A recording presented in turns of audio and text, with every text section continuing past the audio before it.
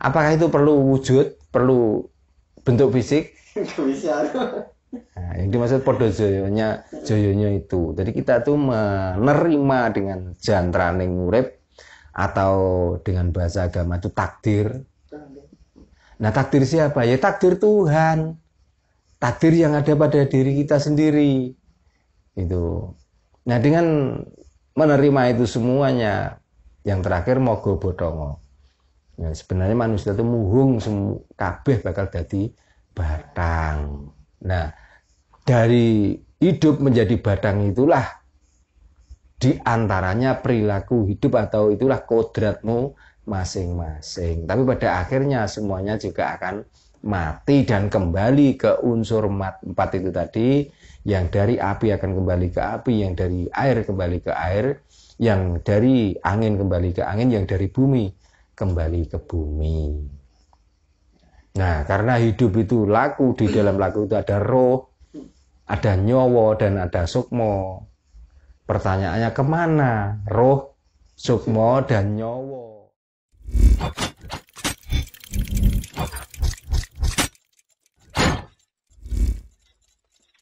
Nah, kan Mbah, katakanlah ini tuh suatu pemikiran yang mesti diperdalam lagi, dikaji lagi. Yang kan kadang nih pemahaman yang tidak sampai itu seakan-akan katakanlah bahwasanya Raja Kolo Cokro, wah si sakti itu, maksudnya dikatakan sakti itu ya bagi orang yang tidak paham maksudnya, ternyata kan nggak seinstan itu kan. Rata-rata orang itu sakti sekali apa bilang langsung jadi katakan, tapi kan harus ada pemahamannya dulu gitu yang dimaksud ini apa, ini apa, ini apa, ini apa. Nah lalu mah ketika Raja Kolo Cokro itu kan, itu saya yakin ketika orang itu sudah paham ya itu dijauhkan dengan hal yang berprasangka buruk dan lain-lain. Lalu kan ada ini Hono Coroko gitu kan Mah. Apakah itu dirajahkan juga atau cuman sekedar aksara atau bagaimana gitu, atau masih meliputi itu semua gitu? Ya, aksara Jawa Hono Coroko itu kan butuh rangkaian besar. Kan yang dinamakan aksara Hono Coroko itu kan ada 20. Ya. Maka kalau 20 aksara ini digabungkan, 4 akan menjadi nama suatu benda. Nah, benda itu kalau di dalam tubuh akan menjadi apa? Ya, ya. Kan begitu. Nah, contohnya dengan ringkasan atau makna per 5 aksara Hono Coroko. Ya. Hono Coroko itu kalau diartikan kan ho itu suwung sebenarnya tidak ada. Tidak ada. Ya. Ya. No tapi ada. Ya. Nah yang dimaksud tidak ada itu apa? Bibit kawite manungso.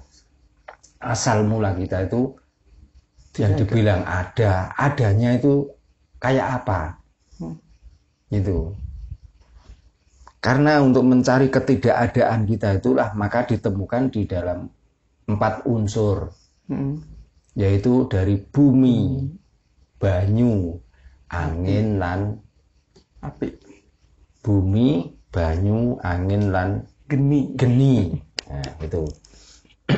Kan dari situ baru kita itu ada. Nah, dari 4 unsur ini nanti akan kumpul jadi satu, letaknya di air yang dihina-hinakan. Sebenarnya bukan hina, tapi kan dari lagu Romai Ramahe, dari tetes air hina kau diciptakan. Itu sebenarnya bukan air hina, itu air suci dari kumpulan 4 unsur itu tadi. Nah itulah yang sebenarnya kita tidak ada, jadi ada dari kumpulan 4 unsur itu. Nah, adanya wujud dari yang tidak ada itu kita menjadi wujud manusia ini. Nah, karena di dalam wujud manusia, maka di situ ada coroko, cipto dari angan-angan, rasa dari rasa kita, karso dari keinginan kita. Maka dari cipto, dari angan-angan, dari rasa dan dari keinginan itulah Kadang-kadang kita itu sudah ada dan kita sudah bersamanya, kita mencari yang sudah ada itu lagi. Lalu dengan mencari yang sumber dari ketidakadaan kita jadi ada, itulah dinamai Tuhan. Baru kita itu merekayasa gimana toh caranya menyembah yang tidak ada itu kok kita jadi ada. Nah kita juga lupa lagi. Ya, kita sibuk mencari Tuhan yang tidak ada, itu Tuhan yang ada kita lupakan. Sumber dari air suci itu tadi kan kumpulan dari bapak dan ibu. Dialah penyebabnya, dialah yang mengawali ada.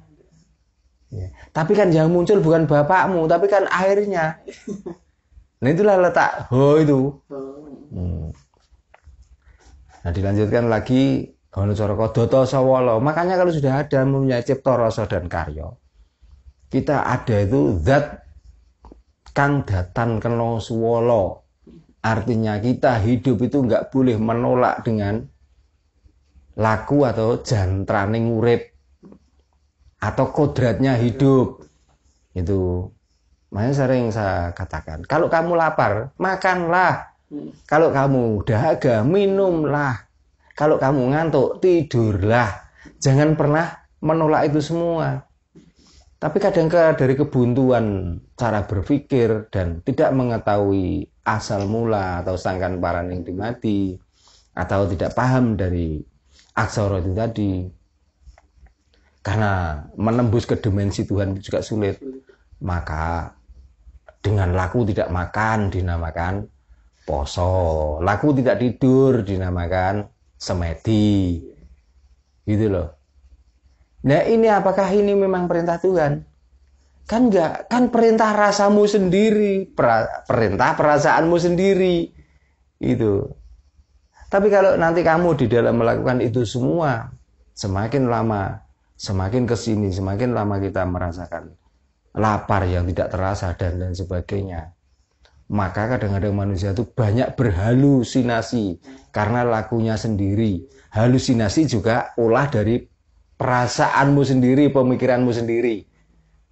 Maka kadang-kadang sampai dengan halusinasi, dengan ya mata kita kalau ngantuk itu jangankan kok setan yang lewat ya. Daun jatuh aja karena kita itu sambil ngantuk, sambil melamun ya saat tinggi. Kadang-kadang kurnia kita itu daun itu membentuk seperti bayangan orang yang sebenarnya di situ nggak ada apa-apa, terus kita ngomong, wah di situ ternyata ada penghuninya. Tadi malam saya ketemu mereka pakai jubah putih, padahal itu kan halusinasi dari oksigen yang tidak penuh di otak dan perasaanmu sendiri yang ngeres itu. Podo joyonyo ya. Kalau sudah podo joyonya, manusia itu memang diciptakan baik dan buruk. Tapi yang dimaksud baik dan buruk bukan manusianya, tapi perilakunya. Ini. Jadi bentuk bisa jelek, tapi kalau perilakunya bagus, ya jaya. Bentuk bagus, tapi perilakunya jelek, juga sama joyone, sama bisanya. Ini. Ya apakah orang yang melakukan hal yang buruk itu harus wajah buruk? Enggak ya. Apakah orang yang wajahnya baik itu mesti perilakunya baik? Kan enggak. Kan kadang-kadang kebalikannya. Tapi itu karena kodratnya hidup dan jantrane ngurip. Apa kamu bisa menolak? Kira-kira? Kamu yang melakukan kadang kamu tidak merasa itu loh. Orang lain merasakan kalau kamu perbuatanmu buruk, tapi apakah kamu pernah merasakan kalau perbuatanmu buruk? Kan perasaanmu sendiri yang mengatakan saya sudah melakukan hal yang terbaik, kan gitu. Bahkan maling sendiri di separuh perasaannya dia juga kadang-kadang bangga dengan perilaku, tapi orang lain kan dirugikan. Nah itu. Apakah itu perlu wujud, perlu bentuk fisik? Bisa. Nah, yang dimaksud podo joyonya itu. Jadi kita tuh menerima dengan jantraning urip atau dengan bahasa agama itu takdir. Nah takdir siapa? Ya takdir Tuhan. takdir yang ada pada diri kita sendiri. Itu. Nah, dengan menerima itu semuanya, yang terakhir mogo bodongo. Ya, sebenarnya manusia itu muhung kabeh bakal jadi batang. Nah, dari hidup menjadi batang itulah diantaranya perilaku hidup atau itulah kodratmu masing-masing. Tapi pada akhirnya semuanya juga akan mati dan kembali ke unsur empat itu tadi. Yang dari api akan kembali ke api, yang dari air kembali ke air, yang dari angin kembali ke angin, yang dari bumi kembali ke bumi. Nah, karena hidup itu laku, di dalam laku itu ada roh, ada nyowo, dan ada sukmo. Pertanyaannya kemana roh, sukmo, dan nyowo? Karena yang kamu anggap melakukan hal yang buruk dan yang baik itu jasad, maka roh, sukmo, dan nyowo itu dibalik dunia ini. Akhirnya jasad ini akan kembali ke dunia ini, jasad ya, dari bumi kembali ke bumi, dari angin kembali ke angin, dari api kembali ke api, dari air kembali ke air.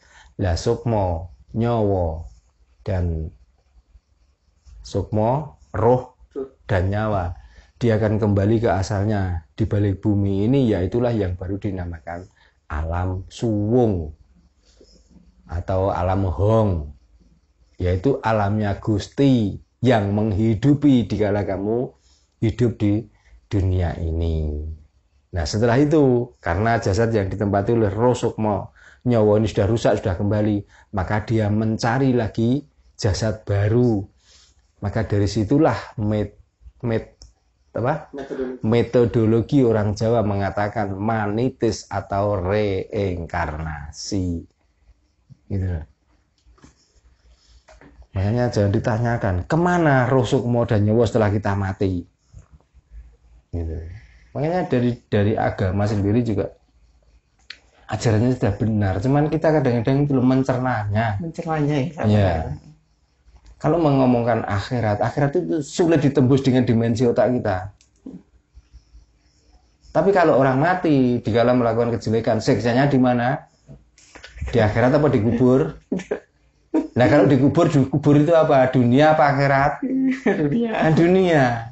Berarti yang dibicarakan kan tentang dunia. Dunia ini perilaku jasad. Karena yang kita bicarakan nikmat, yang kita bicarakan sengsara itu juga perilaku jasad, bukan perilaku roh, bukan perilaku sukmo, bukan perilaku nyowo.